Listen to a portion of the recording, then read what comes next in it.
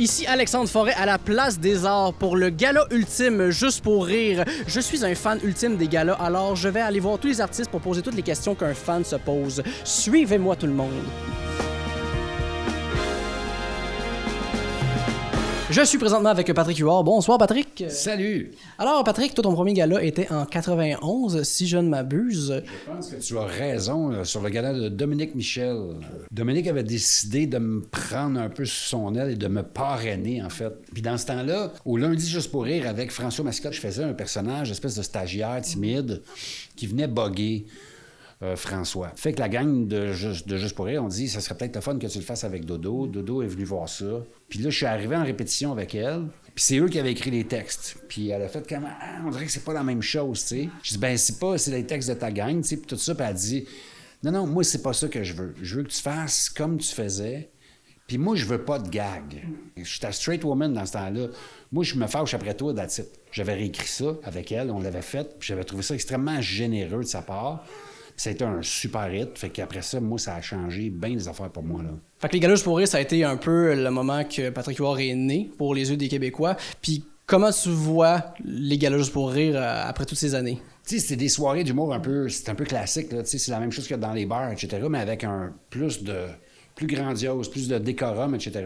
Puis veut pas, pour les jeunes humoristes, tu sais, pour nous, quand on était là, d'être intercalé entre les numéros de ces grosses stars-là, ça te donne beaucoup de crédibilité.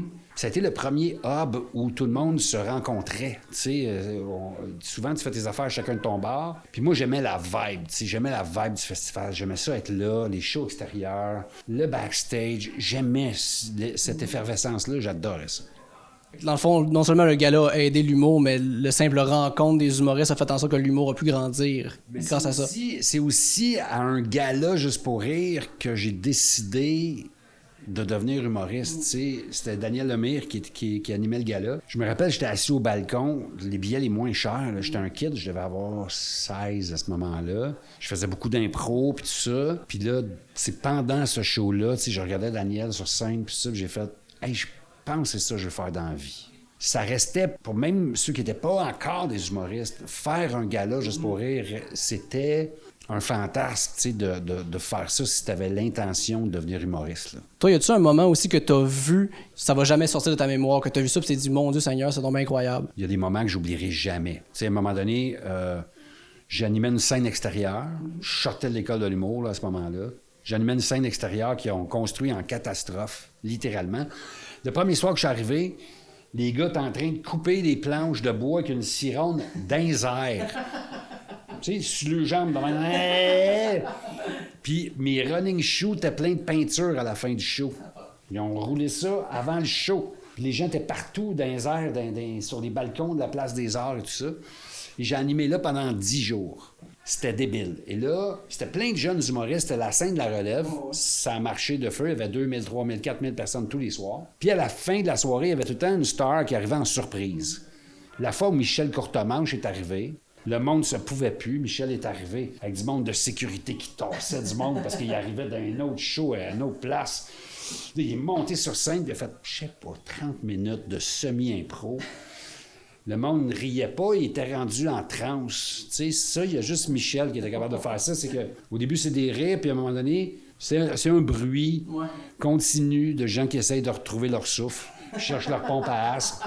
C'était comme une grande folie. J'oublierai jamais cette soirée-là. Ça, c'était spectaculaire. Qu'est-ce que ça te fait d'être sur le gala d'Yvon? C'est exceptionnel. Tu sais, tout le monde a des histoires par rapport à Yvon. Tu sais, moi, j'écoutais ses vinyles. Moi, j'ai connu la voix d'Yvon avant de connaître sa face. Puis le mythe, tu sais, j'entendais parler du mythe. Mes parents parlaient d'Yvon Deschamps, etc. Moi, j'étais jeune à ce moment-là. Je te parle, j'avais 9, 10, 11 ans. Fait qu'il y a des affaires dont il parlait que je catchais pas tout au début. Puis après ça, là, j'ai fait comme « Wow, c'est malade ». D'ailleurs, c'est pour ça que dans Taxi 22, j'avais demandé à Yvon de jouer mon père. Parce que je trouvais que c'était vraiment... Rogatien, c'est un personnage qui ressemble à l'univers de Deschamps. Puis on voyait jamais la face d'Yvon dans Taxi 22. Parce que je voulais que les gens redécouvrent sa voix. Sa voix, comme moi, je l'avais découverte sur les vinyles. Fait que oui, c'est un grand privilège d'être là. Ça, c'est les moments de ma carrière où encore aujourd'hui, tu sais, ça fait 30 quelques années, puis encore aujourd'hui, je me pince, tu sais, c'est vraiment ça ma vie, tu sais. Ma vie, c'est de réaliser les rêves que j'avais quand j'avais 15 ans.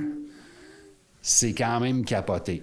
Va t'amuser, tu sais, pour gagner ta vie, c'est quand même exceptionnel. Puis de le faire avec mes idoles. Je parlais avec Daniel Lemay tantôt, puis là, Yvon Deschamps qui est là. Puis tu sais, ces gens-là me parlent comme quelqu'un de la gang. Tu sais, j'ai pas fait de show du mot, ça fait 10 ans.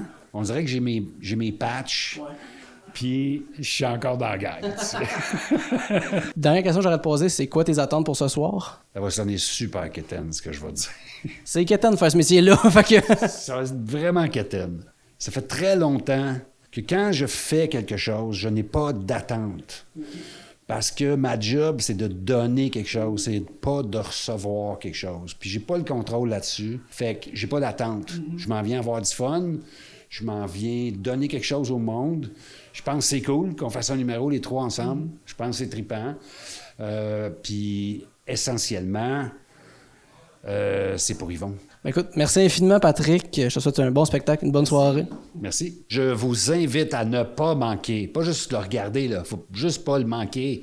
Le gala ultime, juste pour rire, Yvon Deschamps sur Amazon Prime.